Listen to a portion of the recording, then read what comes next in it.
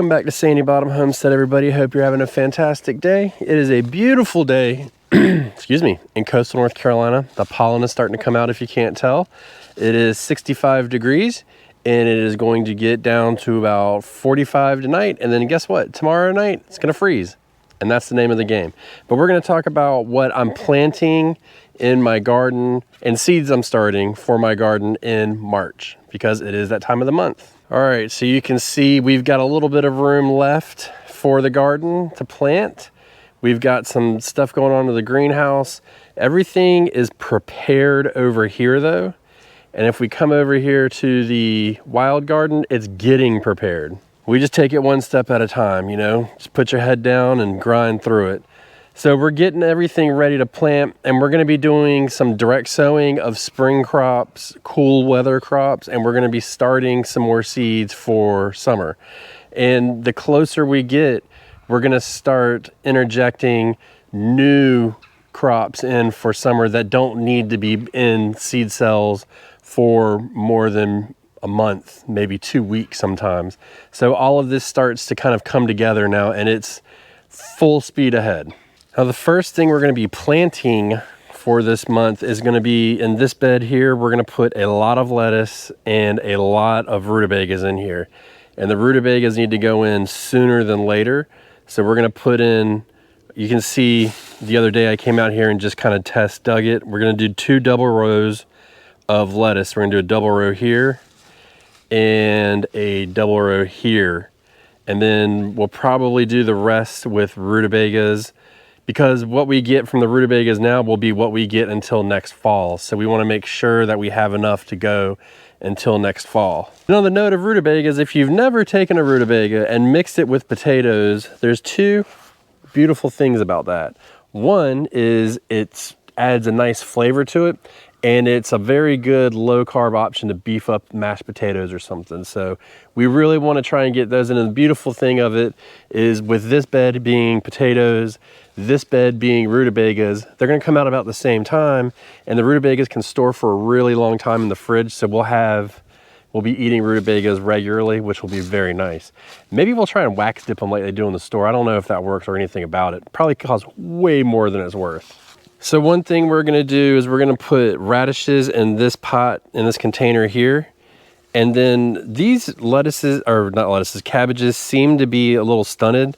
So what we'll do is we'll come around and we're just gonna plant some radishes around the ring on each one to kind of get more space going in there and just get as much as we can out of these pots. And at the rate the cabbages are growing, about said lettuce again.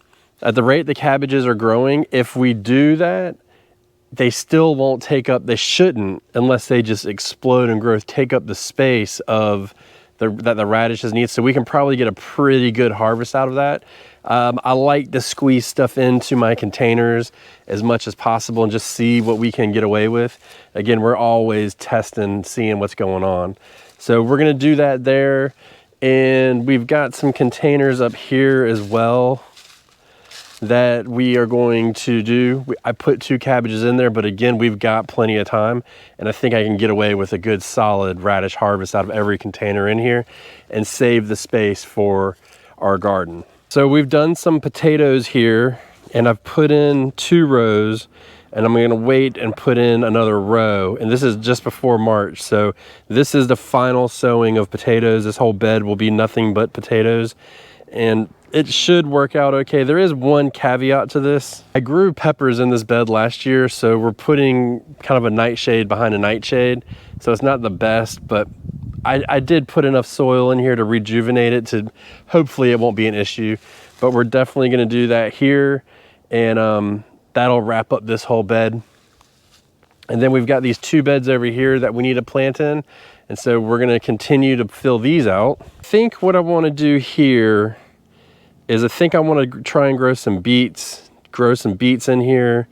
We'll probably do a row of beets. I may do another row, a solid row of radishes, just to kind of round it out, because once we get done with the radishes now, that is going to be it. We're not going to grow any more. So we really want to step it up a little bit, and we're going to let these mustards go to seed. So we're going to be doing all that for March. If we let those go to seed, we will get plenty of seeds. As a matter of fact, just to show you, each one of these, look at that. There's probably 10 seeds in that one, and these are all going to be seed pods. So we're just going to let them go and see what they can get. And then this bed, there's actually a mess up with that bed. Ooh, about slipped and dropped a big old F-bomb. I planted daikon radishes in this bed, and what it did, because I also had kale and collards in there. And as I get ready to plant in it, and the kale and collards never did very good over the winter, and I was like, well, maybe it was because there wasn't a lot of sun. Well, apparently the daikon radishes release some kind of chemical. I don't know much about it, but it can inhibit the growth of the brassicas. So we're gonna just eliminate that completely. We're not gonna grow any brassicas back there. And we're just gonna kind of see what we can get. I may put another row of lettuce in if I have more. I may try and put some other kind of root in there. So I'm not quite sure, but actually, you know what? I may do turnips. I think I may end up putting turnips in there. We can kind of get the rest going. And if we don't fill the bed up, it's not a big deal. We've got plenty of other stuff growing all over. Y'all, put in the comments below what seeds you're starting. And then if you want to do another comment about what you're planting or put it the same, I don't care. But so other people can see for your area, because it's really important to know, you know, even though I'm in 8B in coastal North Carolina, there's other people that aren't around me, so they may want to see what they can do. That will round out the spring cool weather crop sowing that we're gonna do. If we wanted to, and we wanted to grow more lettuce, we would definitely grow some more lettuce, and we would just start it inside, or we could even start it outside at this point. It's not a really that big a deal. So we're gonna be doing that. We're also gonna be getting into our summer crops as well now. And we're not just doing tomatoes and stuff like that. We're expanding into other crops. Most of what I've talked about already is gonna be within, this is the week before March, so it's going to be from now all the way up until the March 7th probably. We will have everything in the ground and have it growing and just kind of starting to manage it.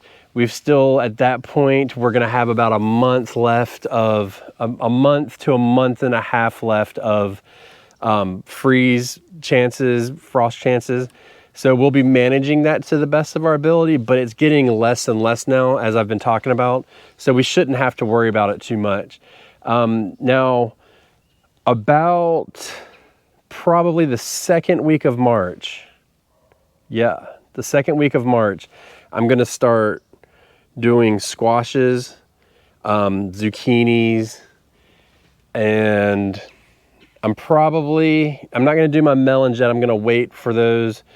The squashes and zucchinis are key though, because I want to get them in the ground before vine borer season starts, so I can start to get as much harvest as possible beforehand. So we're going to do that. I also, I may, just maybe, will end up starting another round of tomato seeds if I feel froggy. We can, in a lot of places, if you're growing like determinate tomatoes, you can start tomatoes for like a couple months and put them in the ground. So you could put your first round in, and then you can come back a couple weeks later and put your second round in, and you can just continue to do that for, you know, depending on where you are and how long you stay warm, it can make a big difference. So we may end up doing that as well. The peppers at this point, I don't start any more peppers or anything like that. So we're just gonna stop that completely. We're also gonna be we will start melons, but we won't start our melons until probably the 3rd or 4th week in March. And so you don't really wanna do your squashes and melons and cucumbers and winter squashes more than about a month in the seed cell. You don't really want the roots to get too root bound, so they're really sensitive to it. So the cucumbers will be started as well around that same period. And we should start to be working things out, getting them out of the garden. We've got right now 4 or 5 trellises that are available for cucumbers, and we're not going to grow all that many, but we have room available if we need to. And so that's why in the cool season, we start to just kind of, we try to plan ahead and make room in our garden for other parts of the, you know, for spring and summer crops to go in. So we leave room so we can have two going at once. So we'll be finishing out. I'll show you an example. We've got our peas germinated here. You can barely see them. And I've tried to grow a lot here, and I think it's just a small, the amount of space it has is about 1 foot across. It's just not big enough for some crops. But last year, the peas did really well here.